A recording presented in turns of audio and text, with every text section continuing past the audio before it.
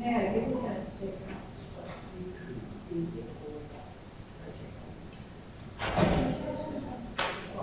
I just want that. You only usually. I know what I'm going to use. I'll send it to you. What time is it? I just use this. Oh, sorry, my bad.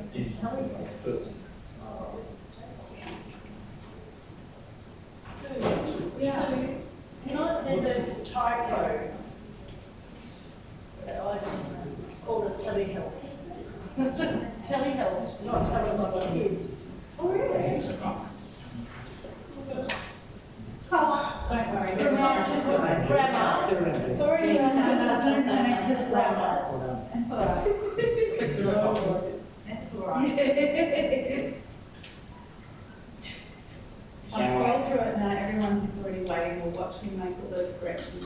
Better to gloss over it. In with grammar habit.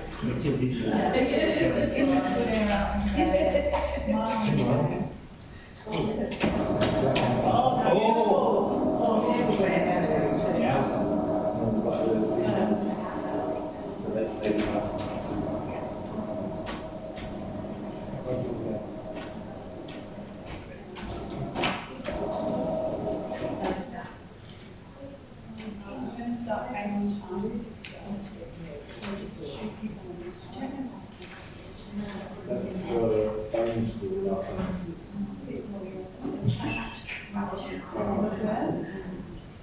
Orthopedics. That is very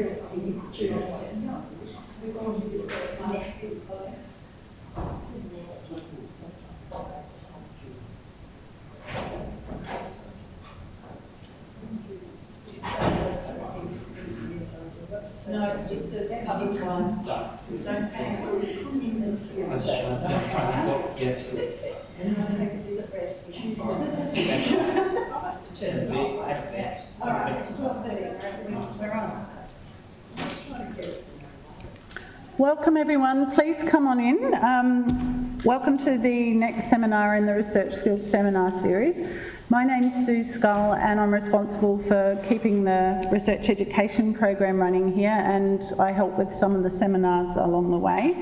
And before we get started today, I would like to respectfully acknowledge the past, present and emerging traditional leaders of the land on which we're meeting today, elders on which we're meeting today, the Noongar people, and it's obviously a great privilege to be meeting on Noongar country today. Now, I'm not an expert in this topic, but you're going to get about 10 minutes of me at the start, just talking about practical issues about this very important topic, but then I'm handing over to Glenn and also to Cheryl, who are experts in this topic, and they'll be delivering the main presentation today. And for those of you who've never attended one of these seminars before, throughout the year we cover over 20 different topics that we think are important to do with research and for you to upskill in. And each of them on their own is enormous. So in an hour we can only do an overview, but we try really hard to point you to additional resources where we know about them. And we also mention training opportunities and important extra learnings and readings and websites. Please fill in your evaluation when you get emailed it, if you've registered, or at the back of your handout, because we really take on board your feedback and we're always wanting to improve what we do. And please hold your questions right until the end, because we video link around Western Australia and we like people who are off-site to be able to hear the questions, and we also record. So all of our seminars go up on our website the following week, roughly. So if you know anyone who's missed this or you'd like to revisit it again, it will be there for you. So even though I'm going to talk first, I'd like to introduce Glenn Pearson first, who's patiently waiting in the front row here. And Glenn is Head of Aboriginal Research at Telethon Kids Institute and lead of the Kalungu Aboriginal Research Development Unit. And he's had years and years of experience working in really senior positions in Australian and state government organisations in a range of areas across health and education and child protection.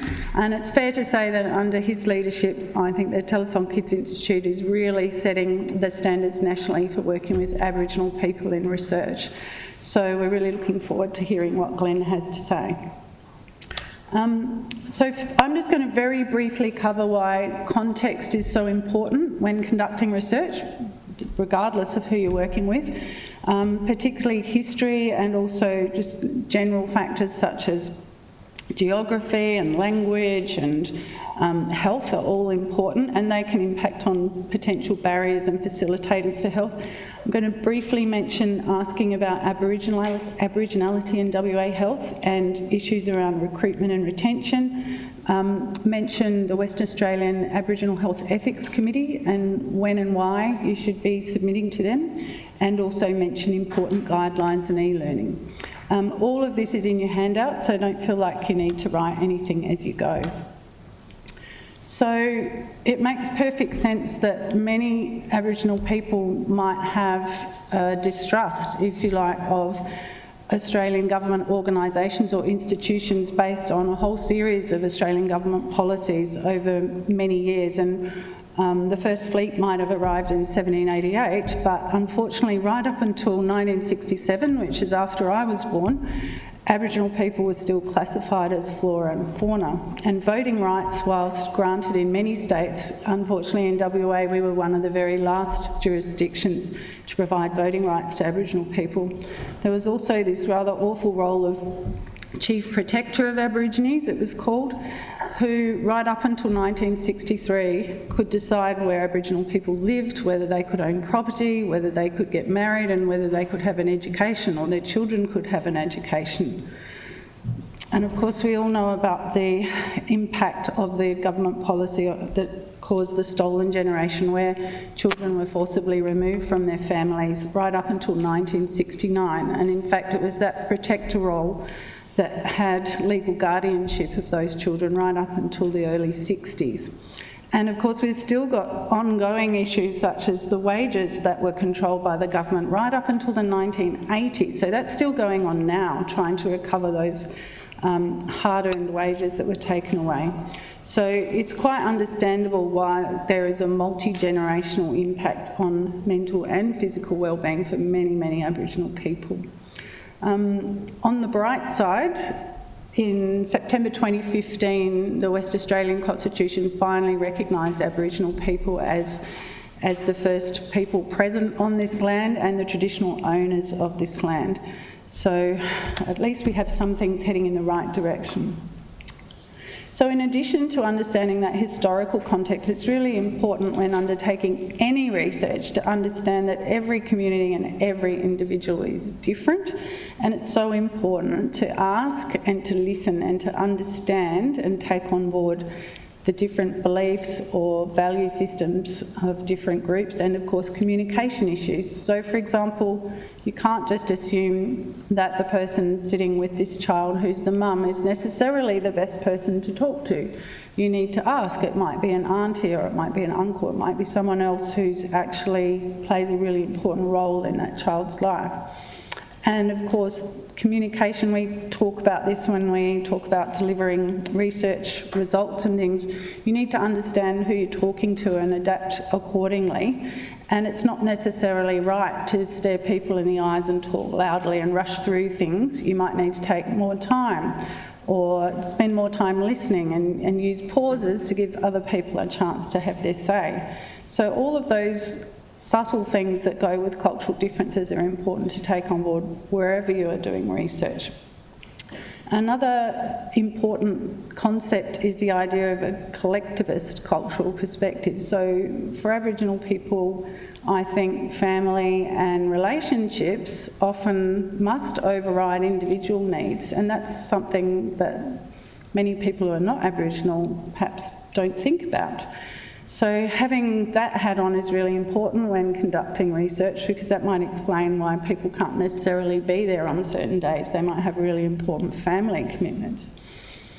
It's also important to understand that overall, and of course we're heading slowly in the right direction, but for many Aboriginal people, health is on average worse than for non-Aboriginal people, and for that reason we need to think carefully about them as a group when we're conducting research, because they may well be overrepresented.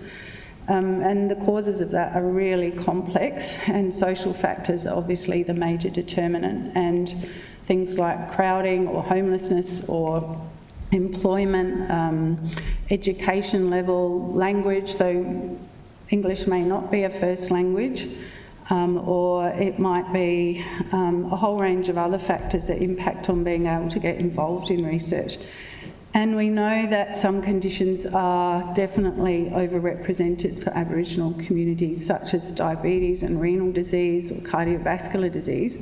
And we also need to think about geography. So my background is I have a research background, but I've worked in the Northern Territory for 15 years, mostly up in the top end and some of it in Central Australia. And understanding where people come from is so important because that helps with context a lot. And it's not right to assume that everyone lives in remote communities. In Western Australia, it's more this sort of breakdown, so people are everywhere. And obviously things like English as a second language become more of an issue if you're dealing with people living in remote areas, for example. So taking all of those things on board is really important. So we've kind of touched on all of this already in terms of what could be a potential barrier to conducting research and just understanding things like family responsibilities, and really importantly, how relevant is it for the groups that you're working with, and do they have ownership and good understanding and investment in the research? Things like language and literacy and education, geography, having enough time to establish good relationships with people, and this past history we have of awful government policies that have really impacted terribly on many families. Another issue that sometimes comes up is that communities that are really keen to be involved in research sometimes end up being over-researched. They just get hammered over and over again. And that is something as researchers we also need to keep track of, and to make sure that we are accessing the right people at the right time on their terms. On the flip side, building relationships goes a long way for any research project, and wherever you have community involvement, which is something that we encourage for every project, you're much more likely to succeed with a successful project, because it'll end up being something that is a topic that matters to the community, and all the right stakeholders are involved from the start, and you're most likely to get meaningful results that can ultimately impact on policy and practice. So involving community members, hopefully helping them be part of the project or even own and run the project. Community engagement and endorsement of the project is really important, as is leaving something behind. So we should never be going into communities to do research and just collecting data and disappearing, and that's the end of it. That's the worst kind of research. And we should have a plan and build it into the project design right from day one, which is why involvement with communities is so important from day one. What we want to leave behind is some long-term skills and ownership of that data, and good research translation, so that all our results are getting out to the right people, so that they do impact and cause change in the way we go about our health business. Now, I mentioned asking about Aboriginality because some people feel awkward about this, but it's important to know that in the Western Australian Public Health Service, it's a requirement to ask everyone who walks in the door whether they are of Aboriginal or Torres Strait Islander background. And so therefore it's fair, everyone gets asked that question, and we absolutely know you can't guess, and that's the wrong thing to do. And the reason it's so important is so that we can understand the health needs of Aboriginal people, and also so that we can link people to appropriate services. So, for example, here we have Aboriginal liaison officers, we have special mental health experts that can assist if that's needed. There's all sorts of services that people can be linked into if we know. So it's important to know.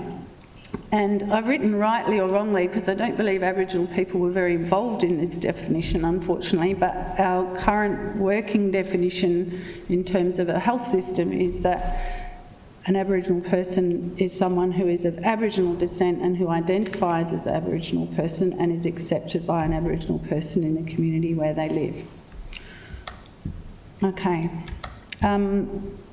Recruitment and retention is a really important issue, and I think involvement solves nearly all of the issues related to that. However, I think it's worth singling out informed consent and information sheets, and everything on this slide relates to any type of research. But it's important to remind everyone that this is a voluntary, ongoing and fluid process, and just because someone's consented at the start doesn't mean they can't withdraw that consent later on. It's really important to allow lots of time for people to understand information statements and to present that information in a way that makes sense for whatever group you're talking to. So this slide is really about thinking outside the square, and if you involve people from the start and think about the best format to get information across, it could be any of these ways that I've listed here, that's going to go a long way to have true voluntary informed consent, which is the basis on which we should undertake all research. And plain language is really important. When we're teaching people about plain language statements, we say for all research projects aim at about a year 6, year 7 level, because in medicine we tend to use really big words that don't mean anything to people who don't work inside health, and it's very easy to fall into that trap and for people to try and be nice and agree that they understand what you're telling them. So get involvement right from the start with that process. This is a really old example I've got from a former place of work up north, the Menzies School of Health Research, where Aboriginal people were involved in developing this consent form, and they chose to put pictures in and to have segmented consent so that people could say, yes, I'm very happy to be involved in the questionnaire, but no, I don't want that test and I'm not going to be available to come back for that visit. So you could choose what you wanted to be involved with, and you could change your mind as you went, and the explanation came with some pictures, and they also had flip charts to go through with people that the community had developed themselves. And you might need an interpreter to also sign off, and if you've got the segmental consent, you might need to get initials for each section from the person who's going to participate. So that's just one example, but do think outside the box. It's really important. Just a quick word on the West Australian Aboriginal Health Ethics Committee. I was really surprised when I moved to Western Australia that many projects don't go through WAHEC, because in the Northern Territory every research project has to go through the Aboriginal Health Ethics Subcommittee. And I would say overall it's really underutilised here in Western Australia, and it's a brilliant thing to do because it's all about making your research stronger and better and more likely to succeed. And they're a friendly group and they meet every 2 months, and if you're in doubt just call them and have a chat and find out whether your project needs to go through. But in general we should be erring on the side of caution because in general in Western Australia we should be always thinking about the health of Aboriginal people when we do research, and if we're going to analyse Aboriginal people as a separate group, then in theory we should be putting our project through WAHEC. Certainly if we're getting funds from Aboriginal health funds to run our project, it needs to go through WAHEC, and if the data are going to directly impact on Aboriginal and Torres Strait Islander communities, that's the language used in WAHEC, then it should go through there. And WAHEC rightly requires that we have to demonstrate community involvement and endorsement for all of our projects. So that makes perfect sense. It's really just dotting I's and crossing T's and having that conversation to make sure that your project's going to be the best it can be and the most likely to succeed. And just to finalise the guidelines that you need to be aware of, I think most researchers know about the National Statement and the Australian Code for Responsible Conduct of Research. What you must also be across are these last 2 documents, and all of these are living documents that are regularly updated, and the onus is on us as researchers to be up to date with them and any amendments that have occurred. Here at CAHS, in the Child and Adolescent Health Service, or in WA Health indeed, we have compulsory e-learning about Aboriginal cultural issues, but it's more related to the stuff I talked about at the start, and Telethon Kids, I know, is really interested in looking at developing a whole series potentially of resources that could really help us as researchers to truly involve Aboriginal people appropriately in our research through all the different steps and stages, which would be wonderful. So, I'd now like to hand over to Glenn, who's going to give a proper talk, and he has a lot more experience about this than I do. So please welcome Glenn to talk about this very important topic.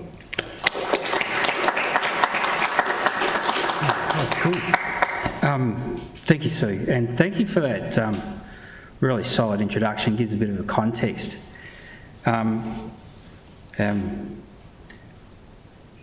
I'm just going to catch my breath and acknowledge that we are, all of us, wherever we are, either here or online, wherever you are all meeting on sacred country. Sacred country. We are located here on Noongar Whadjuk Wudja, and while I'm a part of the Noongar nation and born and bred on Whadjuk country, I'm not traditionally from here.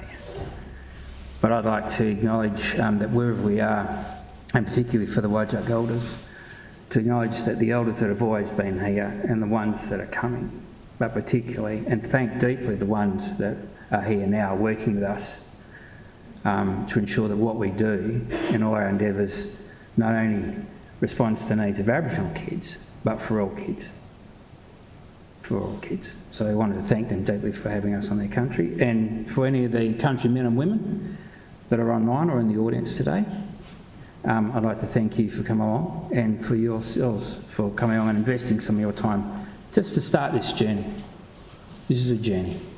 You're not going to get it all in 1 hour, but that's okay. It's a process. So turning up, getting involved, and giving yourself permission to ask the questions, I think that's really important in the journey going ahead. And you'll be at different stages. So what I'm going to do today is to give a bit of an outline of some of the work that we're doing at the Telethon Kids Institute, particularly around how do we, as we've said, integrate Aboriginal health as core business of the Telethon Kids Institute, and particularly making the health of Aboriginal kids everyone's business. And particularly, I have the honour then of talking about a project that's been led by Dr. Michael Wright, that I've had the privilege of being a part of his fan club when he was doing his PhD, and then having the privilege of being a chief investigator on both these two projects we're going to touch on just slightly today. I have the privilege of being the Deputy Director for Aboriginal Health at the Telethon Kids Institute.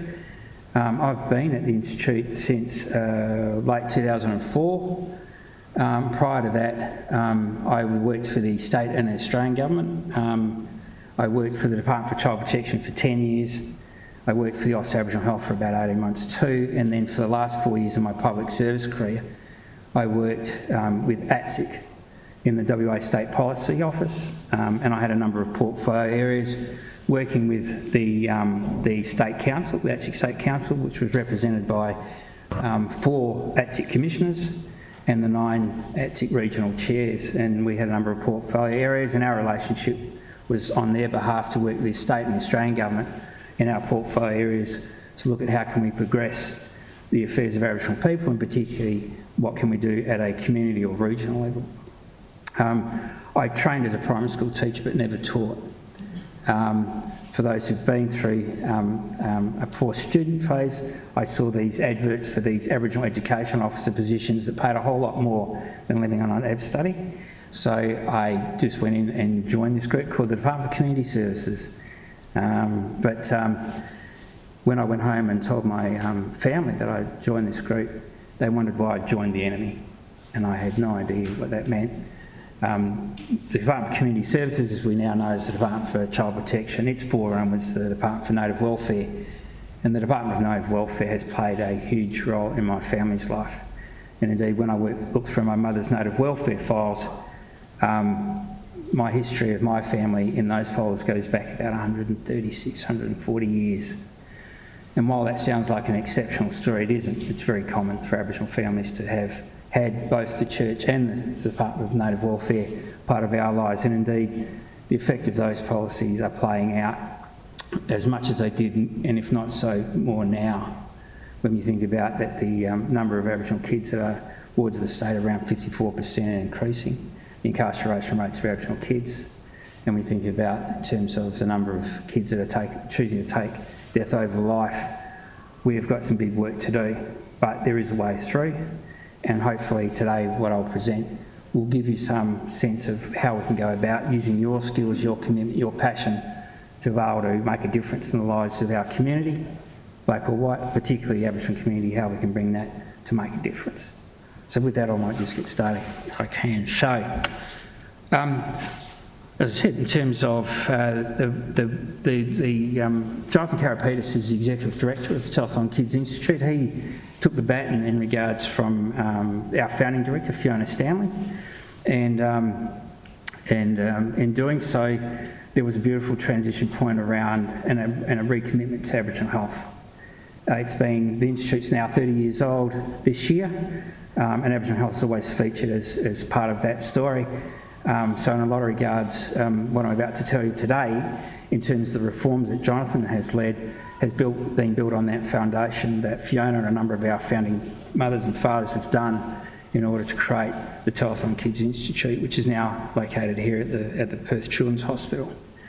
And indeed, one of the first pieces of work that Jonathan did was to rationalise 22 areas of research into 4 areas of research, which is not too easy. It's easy said, everyone agrees, but everyone wants to see their names up in lights. And we can appreciate that because people are really committed to what they're doing. But what we were able to do was to locate it around 4 big areas of research, of which brain and behaviour, chronic and severe diseases and early environment were 3 obvious. And the one in terms of the cross-cutting one, given our commitment, was Aboriginal health. So Aboriginal health, in effect, sits across the whole lot.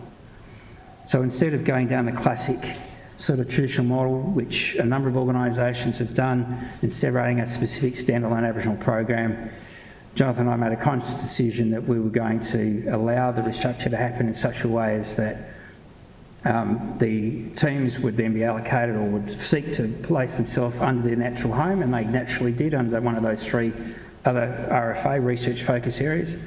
And then in the conclusion of that went back to what would be the role for Aboriginal health, which is effectively what my position's been. So in a lot of regard, what my job has been up until recently has been to work with Jonathan and the executive to create the conditions and the means by which we can harness not just a group of 30 or 40 Aboriginal researchers, but somewhere around 450, 500 researchers to come on this journey around using their skills, their abilities, their networks, their passions to be able to make a difference in the lives of Aboriginal kids. It's a really exciting proposition. So how have we gone about that? Well, the first thing you need to do, you need to get what we needed was an overarching strategic view about that. So we're developing a broader strategic view. You can imagine that those 4 areas have underneath them a number of program heads and research team leaders, and outside there are all this amazing work that's happening all the time, which is just exceptional. My job is to be able to create an ability to be able for us to self-reflect and think about what is that program work that we're doing and how do we inform that work. How do we ensure that the research that we're doing reflects the needs, the wants, the involvement of Aboriginal people? And that's very much been a lot of the role that we've been doing at the Telethon Kids Institute. One of the other areas of work that I've had responsibility up to recently is around developing a set of standards of research practice in Aboriginal communities. So we're about in the process of having those signed off through our Institute Science team. Once that's been concluded, then they'll come back to our Institute Leadership team for approval. They'll be moved into a policy, and then that provides us then the means to be able to take all the guesswork out for our Institute researchers to do research in our communities in the ways that they need to do it, to think about it, and they're planning and they're doing it and they're finishing their research, and the training and development program that allows them to get into the game in a way that they'd like to and that we need them to. The other piece is a really important one, is around Aboriginal employment and career development. It's around ensuring that we have Aboriginal people at all levels of the organisation, but particularly inside research projects. So it's one thing to get a fantastic governance process where you have fantastic Aboriginal voices in informing your project, but if you haven't got skills inside your team, it's going to implode. Well, potentially, unless you've got someone who's really good at this stuff. But it'd be also worthwhile having people inside your team to help you in the design and in the guiding of your research project. The other one is around Aboriginal communications and community engagement strategy. We need to think about how do we constantly connect back with our communities at all the different levels, either as an institute, as a program, and as a project. And the last one is really around the establishment of what we've called the regional research platforms, is the Telethon Kids Kimberley. And particularly what we've now got is a permanent ongoing presence in the Kimberley. It's currently, up until recently, co-located in the Kimberley Medical Service in Broome, but we're going to be stepping out into our own space, which is fantastic because they've sort of shepherded us in to hold us, and now we're going to step out our own, which is fantastic. But what this allows us to do is to ensure that whatever we're doing, instead of setting those standards and that sort of process in Perth, now needs to be also orientated and graduated into the work we're doing in the Kimberley. The intention is to set up a similar office in the Pilbara, possibly in the Metro and others, because it's the ability to be able to come out of our thinking and connect into the community in a real possible and a real practical way, which I'll unpack a bit more. So I'll move through these fairly quickly. So just as a way to sort of help you shape, in a sort of linear sense, some of our thinking. So this is based on working at the Institute since 2004, and usually this conversation is born from an experience that I've had over my journey, where I normally get a researcher who'll come to my door and they'll ask one of two questions, and this is usually a cue to let me know where they are in the process. The first one says, Glenn, I've got this idea. And I go, oh, that's good, we're at that point, we've got an idea. Whereas the ones will come and go, Glenn, I need your help. And that usually means I've gone ahead, I've won a multi-million-dollar contract that's going to be working in some community X for the next 3 to 5 years, and it's about Aboriginal people, or it's going to directly involve Aboriginal people at some point, and I'm really not sure how I'm going to do it. That usually results in me having to cash out some of my social capital that I've had in my community in order to enable them to get into a position to do it. So based on the experience of those people and the state of anxiety that they are in, this is the offer. So what we've done here over the life cycle project is really to start to get researchers to think about where should they be investing their time, their thinking. And the proportions at the top, 65, 25 and 10, we just made them up. We didn't really. We made them up on the count of if we're going to encourage you to spend 65% of your time, we'd ask you to think about it in the pre-end. Really spend that time around thinking about what you'd like to do. Invest in yourself to think about what you'd like to do, because in that process, in developing the idea and the thinking about it, is then a process of developing the sort of relationships you're going to need to get into the process. So one, to test the validity of your own idea right down to that point. And then if you don't have relationships community, what do we need to do? We can support you to get those sort of relationships to be able to start that conversation. That's really important. Because if we're going to seek to make a difference in the lives of people that we're working with, you need to involve those people in that process.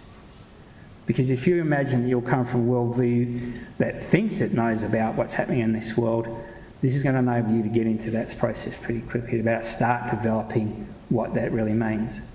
And some of that's going to be around what you bring to the game.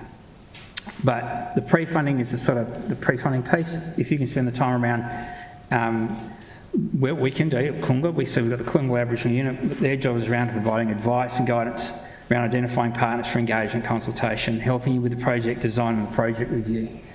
So those are things I'd ask you to think about in that space. Once you've sort of got that work, that enables you to get into the ethics games, because you've got all that stuff in your box. And usually in that process at the beginning, you start to think about the end point in mind. So you need to think about, well, what would you do with this? Because at some point in this process, when you're doing work with community, we have a principle that with research and discovery comes responsibility. Research historically hasn't always attended to that, but it's going to need to, more than ever.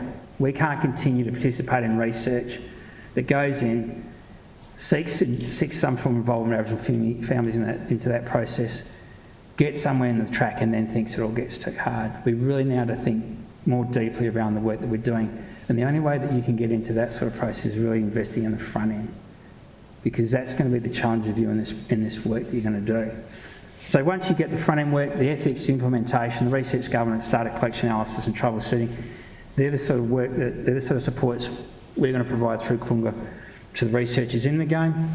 And then in the post, this is the bit that we classically don't do very well. It usually turns into well-meaning, in some cases, some presentations back to the community or a couple of PowerPoints or some posters or something like that. But we really don't close that piece of the process off. So we're really asking people to think about, at some point in that journey, start to think about the exit strategy or the next part of the process. So you start back at the pre-funding piece again, so it becomes circular rather than linear. Anyway, I'll keep moving. That's interesting, it's green. I had purple there last time, being a DOCS supporter, but anyway. So one of the things that we've talked about is research standards. This is really trying to, how do we take all the guesswork out of working in Aboriginal community for institute researchers? And really it happens in two domains in our thinking. One is you as a researcher, what's going on in your tank. It's about, because this is a really, this is quite a life-changing space to get into. And I assure you, anyone who gets into the game of doing Aboriginal health research, your life will change. You'll see the world differently, and that's okay. That's totally cool, because that's the piece of work. That's, if there's a gap to be closed, that's the gap we need to work on. How do we get that relationship right to enable us to really connect with each other, rather than the classic sort of relationships that we've had? And then that will have some real influence around your research projects. And obviously at the community or regional level, there's a set of protocols that underpins whatever our thinking is, whether at your level or in your research design, that really needs to be informed in terms of local protocol. Anyway, I'll keep moving because there's a few bits. This magic, why? Blank screen, there you go. It's snowing. Looking forward, project, yeah, so this is a piece of work. I'm going to move into this quickly. That's a beautiful shot, isn't it? That's a beautiful shot, Perth. So Michael Wright would normally give this presentation, but this particular project is a piece of work that grew out of Michael Wright's PhD. His work has morphed into what has become an elder-led research methodology, which has been very influential in the work that he's been doing. He's been doing this for about 14 years. At the Institute, we've supported Michael in terms of him starting his PhD and then similarly into this particular project. And similarly, we've now utilised this particular methodology to help us with our Nulok Kulunga Nulok Court, which is an early years project where we have a group of 9 elders who oversight this early years project across the whole Perth Metro. And then similarly, Michael's work has been very influential and informative around that process, but this is an acknowledgement of Wanji Wanju, Nija Wajak Naya. I can't do that. That's what Michael can, because he's from here and he's able to give that. So Michael's, and then similarly to give you a context in terms of the 14 language groups that make up the Noongar nation. Michael's is the Ute up the top here near the Balladong. On my mother's father's side, we have a connection, so Michael and I are related that way. But on my mother's side, it's the Wadri, which is, or Nyanga, which is down near the sort of Esperance space. That's where I'm finishing. So to give you a context, and we're in Wadja. So that gives you a bit of a context around the work that he's doing. So it's very much around, this is a project that's located in Noongar Wadja country, and particularly Noongar country. So what Michael wanted to post his PhD was, he wanted to explore how do Aboriginal families define care in a mental health and alcohol drug services space. And then once he concluded that, the elders said, well, you can't finish now, brother, you've got to keep going. And he said, well, okay then, so what was going to come out of that? And basically what Michael did then was to create this Indigenous-led, elder-led research process by which he identified a number of elders through the work that he'd done to walk alongside about 10 both government and non-government alcohol and other drug services in the Armidale region to come together. So the first part of the process was to run in parallel, and then very quickly he fused them together to get into this co-design and co-production process. It was really cool. And I was invited, and as a chief investigator, I was a party to a number of those conversations and to watch this amazing process to happen. So his particular project aim was to basically understand how can services be more accessible and more responsive to meet the needs of Noongar families. So this is very much around a Noongar experience living in an urban setting in Perth. So the key questions were, why aren't Aboriginal people using mental health and other drug and other alcohol services, and why aren't these services? So from a community perspective, they were the questions that both parties had. The community wanted to know, why aren't these services safe for us to access for Aboriginal people? So, in terms of why aren't these Aboriginal people accessing these mental health services in time, it was about the relevance and mistrust of the practices by mainstream service providers. There was a complete lack of knowledge and experience of Aboriginal, little-known Noongar culture, Aboriginal Noongar culture, and that the services did not feel safe for Aboriginal people. So being safe, they won't feel that they were able to access those in a way that they felt okay. They felt dangerous. They felt in danger in going to these. They didn't feel they could trust them. It was not worth the trouble, even if they needed those services big time. And you've got two fantastic elders there who keep me nice and straight, Uncle Morton and Auntie Viv. So what needs to change for Aboriginal people to access mental health services in time now? So we are not just Aboriginal, we are Noongar. What happened in this process is a complete realisation from the particularly elders that in all the discussion around being Aboriginal, there was a clear recognition that Noongar people didn't feel like they were considered to be Aboriginal. And they were saying, we're not Aboriginal, that's a name that the Wadjilers bring and call us. We're actually Noongar, and we're on Noongar country. So this then became the story of how do you then overlay a Noongar worldview across those services, which is a really powerful proposition, and that came in the discovery. So part of what we're going to walk through. Again, here's the story. We have a joint relationship. We do have a joint history. We have a shared history, and this is what it looks like so far. And there is an ambition in this project and others to have a different future. So this is very much about acknowledging that there's a past and it's very much in play, but that where we are, we can make a difference in the way that we're doing business. It's very much about underpins what Michael's works inside of. So in terms of the art of engagement, I was involved in a number of these. It was really powerful to have our elders with the senior heads, so the managers and the CEOs of these organisations in this process. It happened, our bosses, so the elders are known as Brudias, so they're the bosses, and the bosses of those services come together to have these proper big conversations. So engaging with people, their culture, the unique history of Whadjuk Noongar people. It wasn't just about Noongarness, it was about Whadjuk Noongar country that we're on.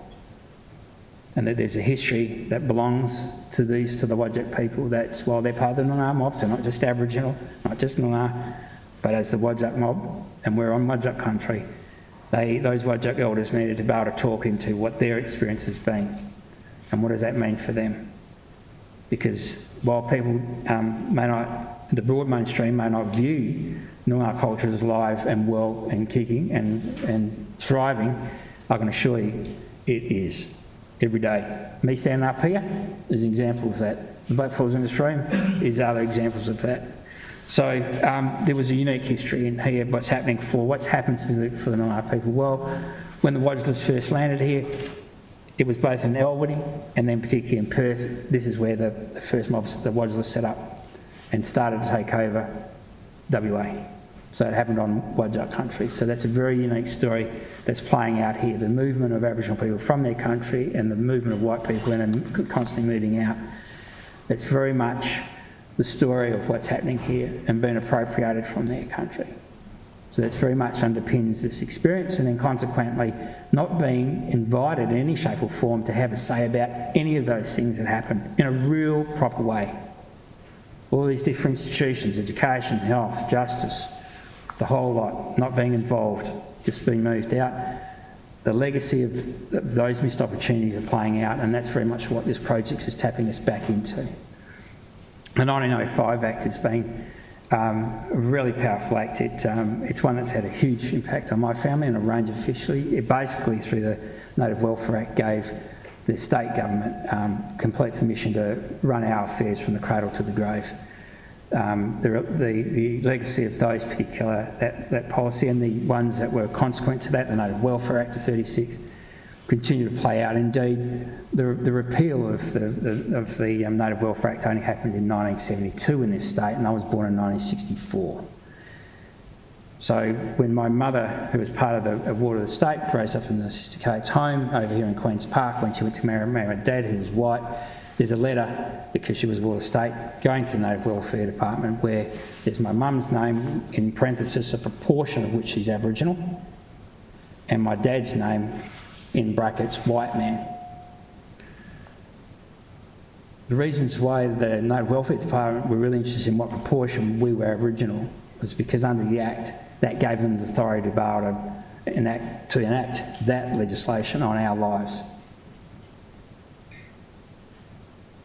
So such is our relationship to the state, and very much around what's happening for Noongar people in this country. Not that it's exceptional, it hasn't happened in other places, but it's unique to this story. So I'll move quickly through the next one. So in terms of the elders, sorry, I'll just go back. So the elders are the key. Elders are the bosses of our families. So it's around engaging our bosses with their bosses coming together. So I'll move quickly. In terms of the journey with the elders, so it's very much about stories and about creating a space for us to come together to really slow the process down and start to connect and develop relationships. And one of those has been storying. To be able to be in the same space together, to invest in those stories, to be able to understand the stories of what's happening for the elders and what's happening for Noongar elders in Noongar country, and then working with the other bosses, the Wodjil bosses, those servers, to hear their stories as well. And it's in that developing of that meaning then becomes the process for co-design and co-production and co-leadership. So it really does involve really deep listening. It's not just coming in, spending half an hour or whatever. It's about really investing in the relationship, investing in you to invest in that relationship, to invest in what you're trying to do. So I'll move through these. So in terms of what the elders ask, as teachers require the researchers to be present. It's okay that you don't know. That's totally cool. It's not trying to be the expert. You may have a lot of data and have a lot of passion, a lot of commitment about that particular subject matter, but it's okay to be not the expert in that process. And it's about working with uncertainty, because all of that really goes about power and control. And trust me, Aboriginal people know about power and control. So it's about you allowing yourself to step into a process and to be held to be able to work through what's going on and to immerse yourself in that space. That's really important. Experiential learning. So the process of being reflective, understanding why, really thinking deeply about why. Why is it you got to be here? What is it you want to do? What is it what you're now seeing and better understanding, and allowing the elders to work with you to make that come to life for you and to understand it. If you go and think about what it is that you bring in the work that you do, what's really going on for you? That's really important at a deep level. But it's not okay if you've got other issues happening in your life and want to vicariously act through that commitment, that passion. But we really need to get in there and think about those issues. So it's about, and being reflexive. So that's in the process of doing. And there's a lot of fun in that. This isn't all heavy. This is fun, and there's great stories and serious stories, but there's a lot of laughter and a lot of fun. And that's okay. It's about really developing a really solid relationship. Because if you can't get that bit right, when you do your research and get the data, then you're going to be limited in what you're able to do with it next. So, again, understanding history, people, about knowing the community you're in, knowing the history of that community, knowing about the purpose situation, what are you trying to do here, what's the priorities, are they your priorities or are they the community's priorities? And then time. That's a really big key message. So I'll keep moving. In terms of then meaningful relationships, really critical for you to come along. And it's not one-sided. This is not just putting you in front of a firing squad sort of process, and you're going to feel like that, trust me. When I'm in front of my elders, trust me, I'm on my toes. And that's okay, because you're growing me up. They want me to grow. That's how they value me. They want to call you into the process. They want us to check you out around what's going on, because they really want to see if you are able to hold a relationship, because if you can't hold the relationship, there's no way you're going to be able to hold the outcomes of the process to do something with it. And that's cool. That's really cool. So it's about being authentic, turning up and being real and being into it. It's about being reliable in that process. We've heard a lot of stories about people, excitement, blah, blah, blah, lots of passion. It's like the heat of the night, and then zap. It turns into a set of tail lights of a car driving out. We need something better than that. And it's about being persistent, respectful and engagement. It's about staying in the process with us. So it's pretty cool. The journey with elders. So how should you, and working with elders, about humility, inquisitiveness and openness. They are amazing people. They're incredible wisdom. They are both our links to our past and to our future.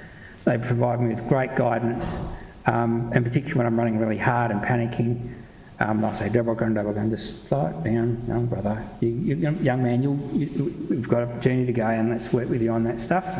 And they'll work with you around that, and that's really cool. It's about being open to this, to be okay, to be challenged. It's okay. And then the other relationship's about being creative and confident, courageous. It's in any relationship. There's a certain amount of play. Communications is really important. And if you don't know, ask. You know, they want to know. They want to show you. They want to guide you. So they're really cool. They can freak you out if you're someone who likes to be in control because you've got all the credentials and you're the expert and all that stuff. That's going to be harder for you. So you need to sort of relax, feel okay with being vulnerable, and lean into the process. Okay, so this is what the Minditch caught, which is sick head, good head. This is what they ended up developing. So the double concordating wankaning is the sort of settle, walking and talking together. It's the sort of notion of in a journey. And then what you've got is this beautiful model that Michael and the elders and the services developed in terms of understanding the organisational change domains. What do they need to think about in their organisations? And then what is it that the elders on behalf of the Noongar community would need in terms of how these two interrelate. It was a beautiful model. I mean, it's really flash, isn't it? Pretty exciting. But in terms of the notion about, you know, respect, the status of the elders, being motivated, being committed, being present, being teachable, staying connected, and continually weaving. It's part of a journey of we don't have all the answers, but we will work together on that process. But it's also acknowledging that businesses, non-government services, have got a business to do. They've got to attend to it. But they're very much attuned around developing the right culture and the conditions for changing, doing their work. So it's very much around how do we tap into that part of the organisation. So it's really around understanding, you know, where's the influence at a governance level, where's the influence at a workplace level, how can we, in terms of the spirit of the organisation, is it a safe place? How can we work with those things that are really important for an organisation? Ensuring there's effective resourcing, because you can talk all you want, but if you if you're not committing resources, then it can be just a chat. Communication is really important. And then similarly, the management. How are your managers trained to be able to feel comfortable about similarly taking on board this thinking within their organisation? So I'll move. So this unpacks it in terms of those. So I'm just mindful that we're going to run out of time suddenly.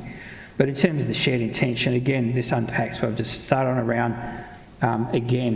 when you come into that sort of process, around checking around your thinking, your experting and being a specialist, but feeling comfortable to be vulnerable, and to work with these elders around these particular issues.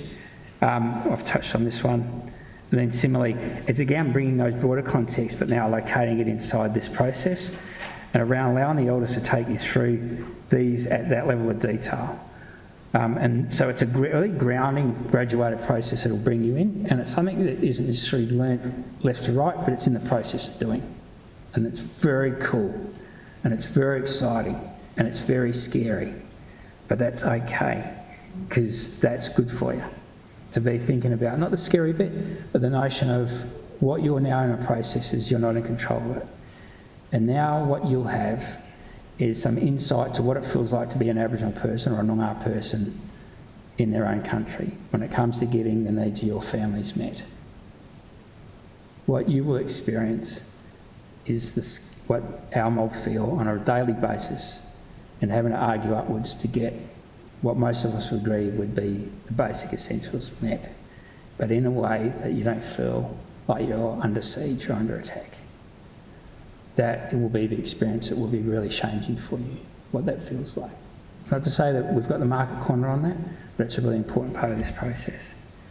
So then similarly, what I wanted to go was in terms of, from that process, we now then pick that up, and what Michael did is, in having developed that with the elders and these services to sort of get this process happening, we then got some money in terms of looking forward, moving forward project, which allows us now to look at how do we evaluate that.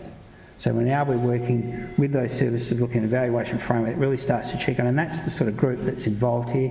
You've got 22 Noongar elders. That's not too shabby. That's a serious V12 engine you've got under the hood there. The Mental Health Commission clearly has a great role here. We've got 3 big sector peaks, 4 mental health service providers and drug and alcohol services. So we're now looking at, having done all that pre-work, how does it now have influence over the way that these organisations are thinking and doing and being? Again, how do we ensure that those services are safe places, are relevant services that can connect with our families in the way that they need to, either working through those relationships for the elders to connect to the community and to bring those families alongside, or to get our services out to where they need to be. Really cool, really easy said, lots to do. So again, this really does then in terms of the moving forward project, where the focus is really now on. It's really in this space, working with those services to look at implementing, measuring and validating a framework in the service based on this particular model. It's about measuring the collective impact across those service agencies, so not just at a service but then across the lot. It's around then designing and implementing a translation plan to maximise the take-up of the framework across those services. And the other one is access the economic implications of implementing. So what's been the net gain here? How are we able to better? So it really is an evidence-based, so it's taking what people think is something soft and squishy and allowing to sit in here, and so the value of having really good, rigorous science in the process, having evidence is quite critical, because the challenge I put to any researchers and Aboriginal researchers themselves is to come up with a tangible evidence other that can stand the rigour of science and researchers, government policy and the broader community, because in the absence of those things, the status quo will remain. The status quo will remain. We have to come up with a tangible evidence other, and this is very much around what this work is about. So Michael says in terms of the communication is key, it's the glue, trust is critical, understand true co-production. What that means, trust and art working together. It's about coming together, understand your own position and worldview in order to work with others. Think about the places in which you undertake it. It's not just everywhere you go. Like I said, when I opened this is sacred country. Every day you're walking on sacred country, and whether you like it or not, it's talking to you the whole time. It's talking to you always. These processes allow you to come in and understand what that noise you've been hearing, what that feeling you've been having. And it's the story of that place and connecting to that. Not because it's exclusive, but because you're part of it. And very much about working with others is about developing that level of relationship.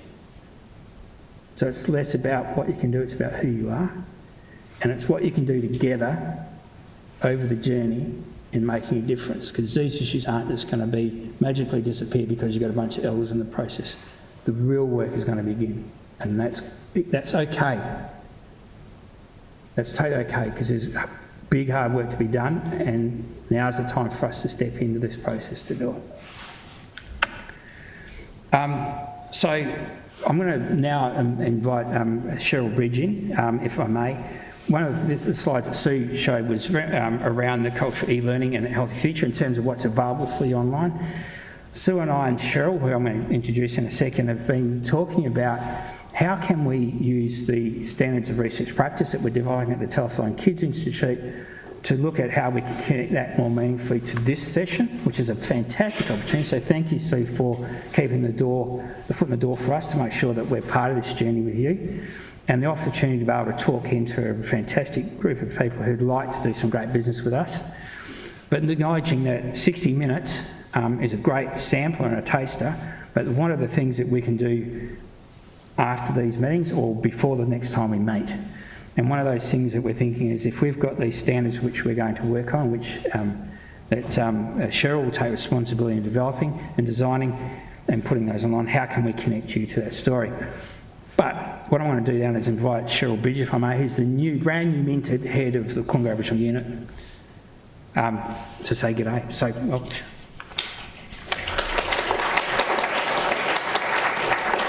Hi everyone, thanks for having me. I'm really happy to be here. I'm just going to ask you, you're not allowed to look at some of these typos that are on this PowerPoint presentation.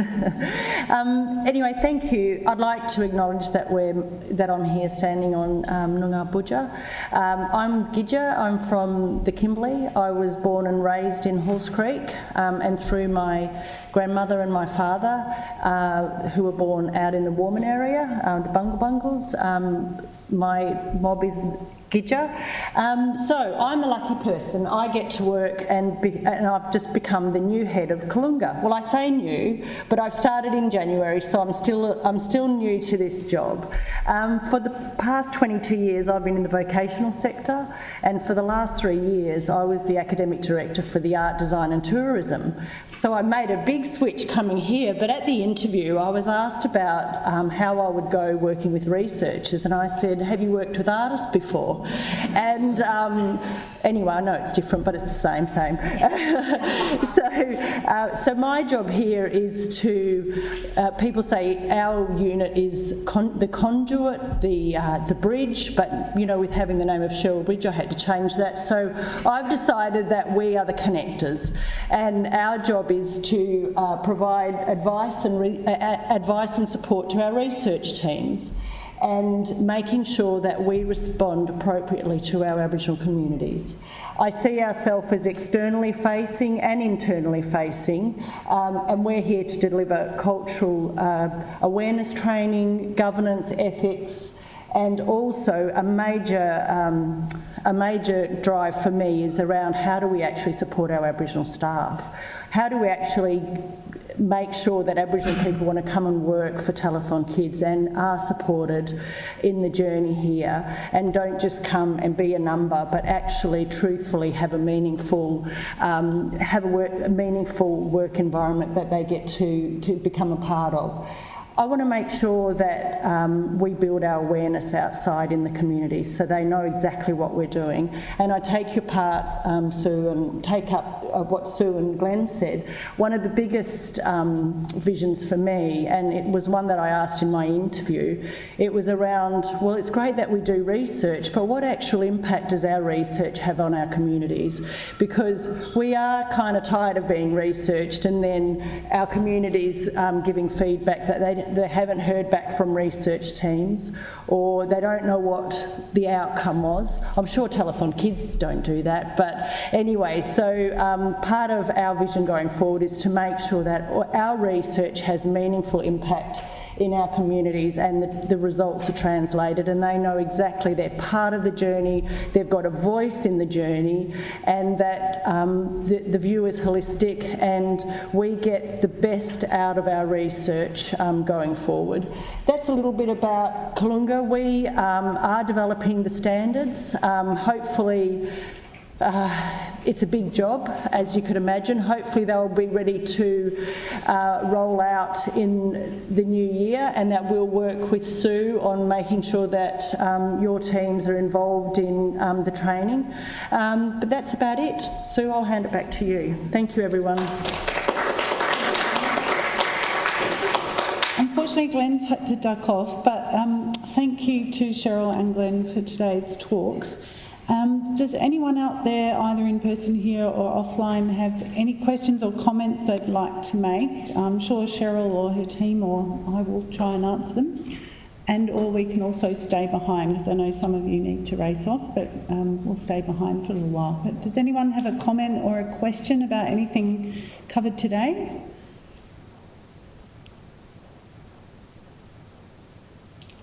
Aha. Excellent. There's a microphone coming your way, just because of people who are listening in. Yeah, thanks. Andy Redfern. I'm a medical oncologist, researcher at UWA. I work with the Perkins as well, and I'm a state chair for breast cancer treatment services and so on. And I've been working with a project with the Aboriginal people for about 5 or 6 years now. And one of the things we've come across, so we've been looking at the biology of cancer in Aboriginal people and in similar but non-Aboriginal people, and we've found quite a lot of difficulty, I guess, in getting community and Aboriginal expertise assessment of a biological project.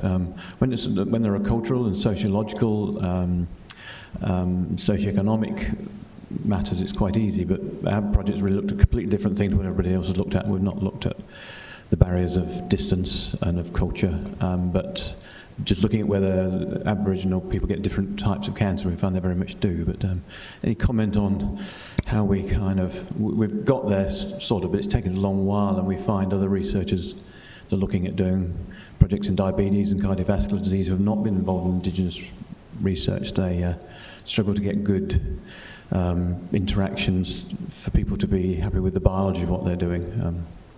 It's a bit of a long question, I guess. So if you were to summarise that question, are you looking for what others have tried or done? Is that what you're saying? Yeah, when we engaged with WAHEC, they really said, sounds good, but we're not sure. Can you get some more input from the Aboriginal community? And we spoke to dozens of people, and nobody really felt that they could do that because they weren't biologically driven, so they understood the cultural aspects but not the biology. So I guess, do you know of resources, or should there be developed resources? You're based in adult cancer research? Adult cancer. Well, we've used breast cancer as a pilot. Everything we've looked at really biologically has been different, the immune systems and the types of cancer and all of treatment. But could there be developed a resource where we can get, where people who want to look at the diseases that are not the cultural aspects can get sort of input on the science and the biology that's culturally appropriate. Cheryl, do you want to make a comment? I just wanted to make a comment because our cancer centre in Telethon kids came and spoke to Kalunga just recently about the same issue, and we're actually getting together and with our team to help discuss why it might be difficult to have input from community members, because it is difficult for the team too. So I'm happy to have a chat with you afterwards and see if there's anything that we can do to help assist with my team, if you like. Thank you. Good answer, Cheryl. That's very helpful.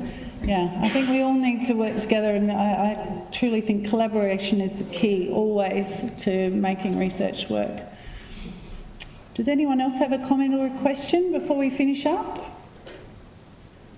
We might finish there then. Please thank me. Please thank me. Please join me. Don't thank me. Please join me in thanking our speakers today, especially Glenn and Cheryl, and not me.